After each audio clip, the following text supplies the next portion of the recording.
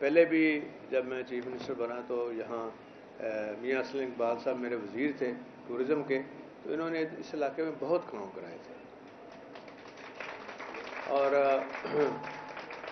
اور اب جو ہم نے ادھر ٹوٹل پروجیکٹ اب جو فیصلہ کیا ہے اس میں لاہور کے اندر ہم 20 ارب کے پروجیکٹ شروع کرنے جا رہے ہیں، اور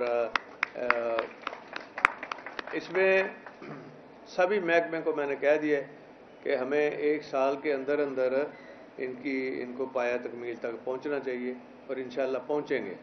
ابھی فی الحال جو سب سے زیادہ جو ٹریفک چوک ہوتی تھی، اور یہ سمن آباد انڈر پاس کا ہے، اور گلشن راوی کا، چبوری چوک، یتیم خانہ، اور جتنی آبادیاں، یہ سارا ان کو فائدہ ہوگا.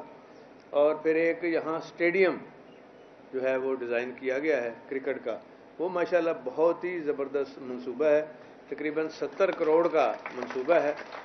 اور یہاں کرکٹ جو ہے، اور اس کے علاوہ کرکٹ کے علاوہ جو ساتھ ہی ایک اسپورٹس کمپلیکس بھی بن رہا ہے، اور وہاں ساری سپورٹس ہوگی.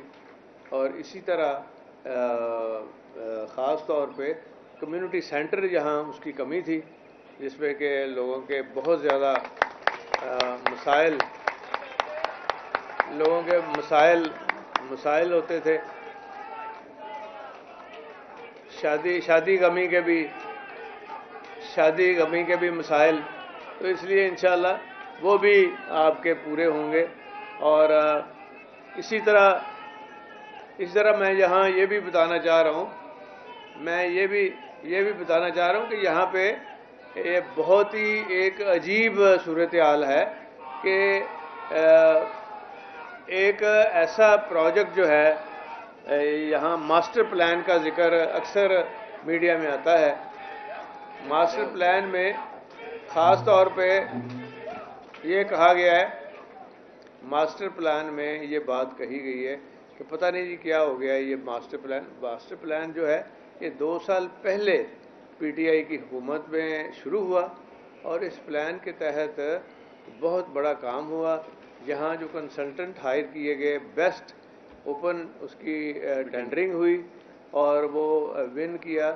ایک بہت بڑی کمپنی ہے، یہ بات سن لیں یار، فرانس کی کمپنی نے.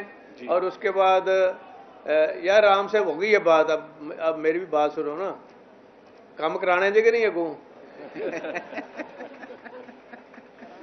اور اس کے کیونکہ یہ بات میڈیا میں چلی ہے نا، اس لیے میں جواب دے رہا ہوں اس کا. اور یہ چلائی انہوں نے ہے، یہ نون لیگ کے جو میڈیا سیل ہے. تو اس کے بعد پھر ایک برٹش کمپنی ہے جو اس کی ایکسیکیوشن کے لیے، اور یہاں بڑا خرچ کیا گیا ہے. یہ پلان اس لیے بنا کہ لوگوں کو پتہ چلے جی یہاں یہ آپ کالونی بنائیں گے، اور یہ ایگریکلچر لینڈ ہے، اس کو نہیں آپ نے چھیڑنا. یہاں ہاسپٹل بنیں گے، یا اسکول بنیں گے، یا ادارے بنیں گے. یہ بڑا ہی ضروری تھا کہ لاہور بے ہنگم جو پہلے پلان ہوا ہے نا، اس کا ہم خاتمہ چاہ رہے تھے. اور باقی جو ڈی ایچ اے ہے سارا، وہ بھی میں نے جب رنگ روڈ بنایا تو ڈی ایچ اے سامنے آیا. تو اوورآل جو سچویشن ہے اس حوالے سے ٹھیک ہے. لیکن یہ ابھی میاں صاحب نے بتایا ہے کہ جو 2 نمبری شہباز شریف اور نواز شریف کی وہ ہے، یہ شروع سے ہی 2 نمبر ہیں. ہم ان کے ساتھ 20 سال گزارے ہیں، کوئی 1 نمبر کام کرنا ہی نہیں، قسم کھادی ہے. دوسری ہے نا، قسم کھادی ہے کہ اپنے کو پیسے نہیں لانے، لوگوں کے خرچ کرنے نے، اور بعد میں پھر بیچارے وہ مانگتے رہتے ہیں، وہ ملتا تو کچھ نہیں ہے ان کو. اور اب تو خیر ماشاءاللہ جس بہترین طریقے سے مانگنے جاتا ہے شہباز شریف، یہ بہت بڑی مانگت حکومت بن گئی ہے، بہت بڑی. اور پھر بھی ان کا کام نہیں چل رہا، کیونکہ بے ایمان بیسیکلی جو بھی حکمران ہوگا اس کام میں برکت نہیں ہو سکتی، اور وہ تباہی کی طرف جائے گا. اور الحمدللہ ہمارے جو لیڈر ہیں عمران خان صاحب، دیکھیں اتنا جو سچا کھرا لیڈر آپ کو پاکستان میں نہیں ملنا، اور جو کہ ہر خطرہ بھی مول لے رہا ہے، اور کس کے لیے لے رہا ہے؟ کہ عوام کی بہتری اور بھلائی کے لیے، عوام کی بہتری اور بھلائی کے لیے وہ سارا خطرہ مول لے لائے. اور دیکھیں اللہ تعالیٰ نے ان کو محفوظ کیا ہے، اور ان کی جان پہ جو اٹیک ہوا تھا وہ انشاءاللہ تعالیٰ آپ دیکھیں گے وہ لوگ بھی پکڑے جائیں گے، اصل جو لوگ ہیں اس کے پیچھے. لیکن بہرحال میں یہ کہنا چاہتا ہوں کہ اس کی لیڈرشپ کے انڈر اللہ کے فضل و کرم سے آپ کو فکر اس لیے نہیں ہے کہ جب ہمارا حکمران ہمیں پتہ ہے کہ یہ آنیسٹ ہے تو اس لیے لوگوں نے ساتھ دیا.